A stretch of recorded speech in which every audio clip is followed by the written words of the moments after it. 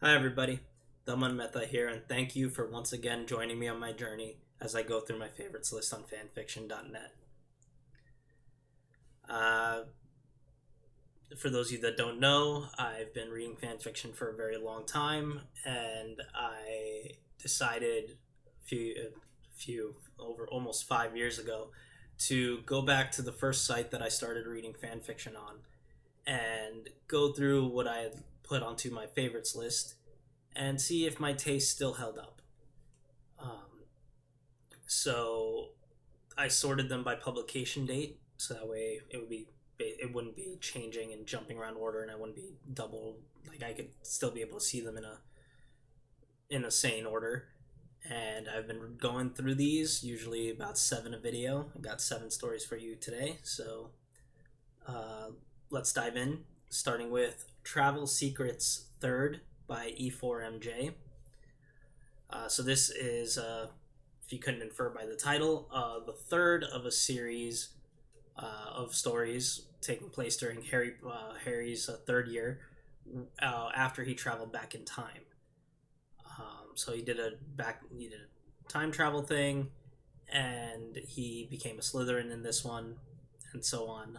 This one's been a bit weird, where the first story didn't really give a shit about for his first year, did not care for. Second one, however, I enjoyed a lot. I thought they did a lot of it.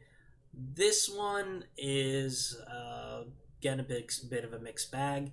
Here, it also doesn't help that this story is not complete and there's no further sequels, so this one doesn't have the bonus of having complete narrative. Um, the author gets to the Christmas of the third year, which is kind of surprising because he finished the first year and second year with much fewer words. But the problem is this story decided to basically crawl up its own ass, in a sense. It goes too deep into its own created lore and starts explaining stuff, and because of that and the length of those conversations, the writing slows, the plot progression slows to a halt as thousands upon thousands of words are spent, expanding this little bit of each bit of trivia this author wants to do for his universe. And that's where I find a lot of things start dragging, and a lot of times I've seen when this kind of stuff happens, authors eventually, like, because word count comes over progress of plot, things slow down and a lot of fics end up stopping. And that's what happens here. Like, it just goes too deep into the lore of the Slytherin political games and stuff, and so just gets dull. This one is, I would put, is, in my opinion, similar to the first, where it was not entertaining and just, again, too far up its own ass. It's going to leave you unsatisfied. It's going to fall off my list. Number 2 is A Heart of Steel by Kujikiri21. This is a Percy Jackson and Fate Stay Night crossover where Shirou, Rin, and Saber, during the events of the Holy Grail War, get sucked up into a portal made by the Grail and spat out into the Percy Jackson universe, which turns out is actually a bit of a homecoming for Shirou. I really did enjoy reading what was here, and I just wish there was more. It's irritating because, like, this takes place during the, I believe, third Percy Jackson book, but again, it doesn't get very far into that story. But it's, at the same time, it sets up, and, like, we are constantly seeing bits of, like, okay, Shirou has some connection. What is it? It's never. It's just build up of the mystery of what is Shirou's connection to the gods and all these other people and stuff. And it's intriguing, but it stops. The story basically stops right before Shirou has his first real conversation with any of the Olympians, and it's just frustrating because, again, it's all build up and no payoff. So I did like the writing, and I did like the mysteries that it was going for, but it's just frustrating for me. So I would say give it a look, but you'll probably leave unsatisfied, and it's going to fall off my list. Number 3 is High School Maelstrom by Hail Emperor Naruto. This is a Naruto crossover with High School DxD. And this is basically after Naruto, fights Kaguya and everything. He ends up in the DxD world, and he's weakened a bit because of the dimensional transfer and stuff. And then he ends up in Kuo and just joins Rias's peerage for not really any reason. It's like he's just told by somebody that like go there and you'll find your purpose. Like basically, plot demands you be here and do shit, so do it. Like it's really unsatisfying of a hook and reason for him to join. Yeah, other than that, I don't really have much else to say because the story kind of just exists. There's like minor bits of humor, but otherwise it basically is going straight for a straightforward telling of high school DxD with just basically feeling dull. Doesn't even go into much of the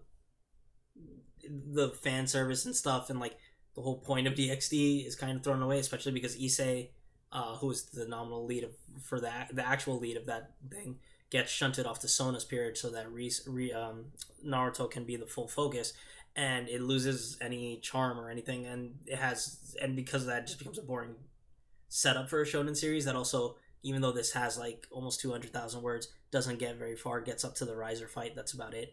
It's just dull, the writing's competent, but it's well boring.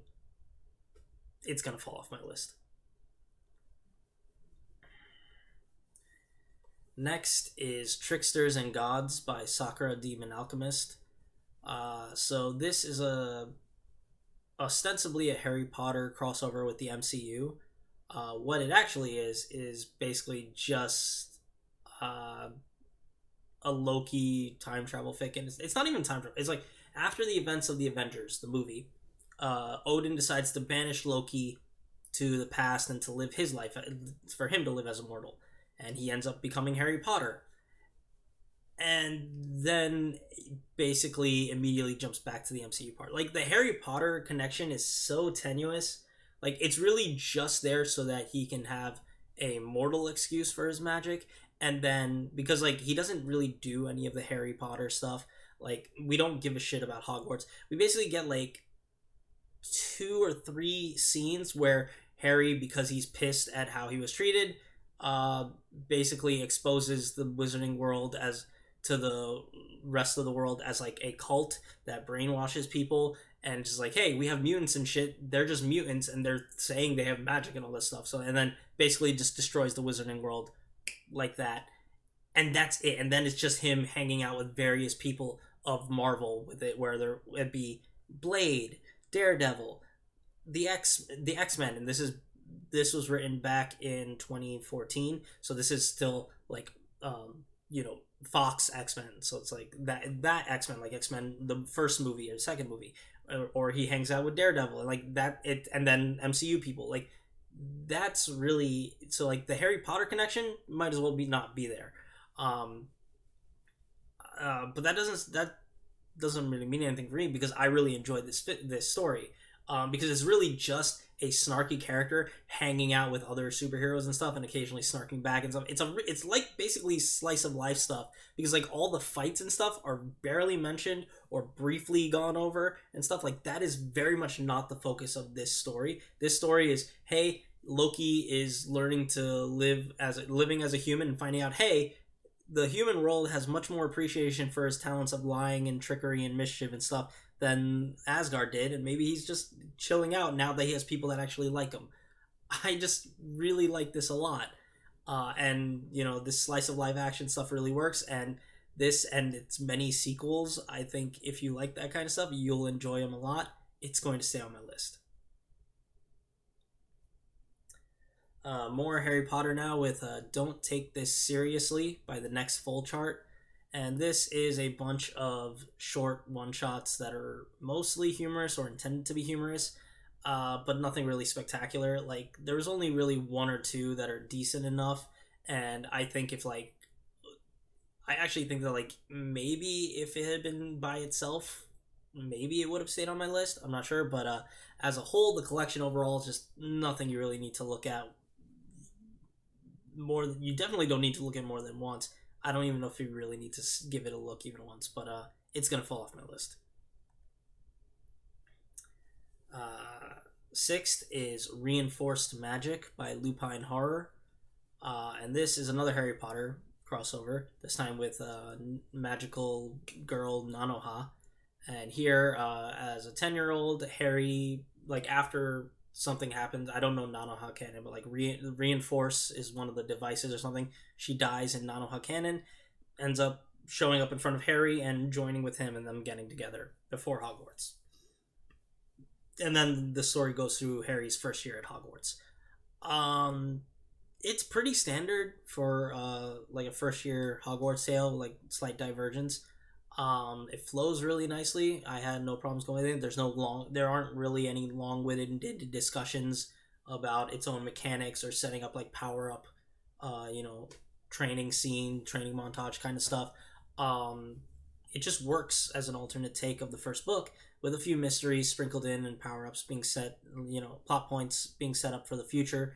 It wraps up nicely, and it's just a very comfortable read that I just really enjoyed going back over. Like, I had no problems with it. It was fun, smooth sailing. I wouldn't mind giving this another look. It's going to stay on my list.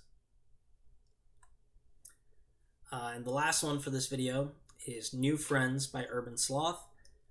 This is the Harry Potter Avengers crossover where a female Harry named Raven is a couple with Tony Stark, and they've gone through. There's been a whole bunch of these. For some reason, the author decided to release these as single chapter. Each chapter or like basically everything as separate stories instead of just as a single story with multiple chapters.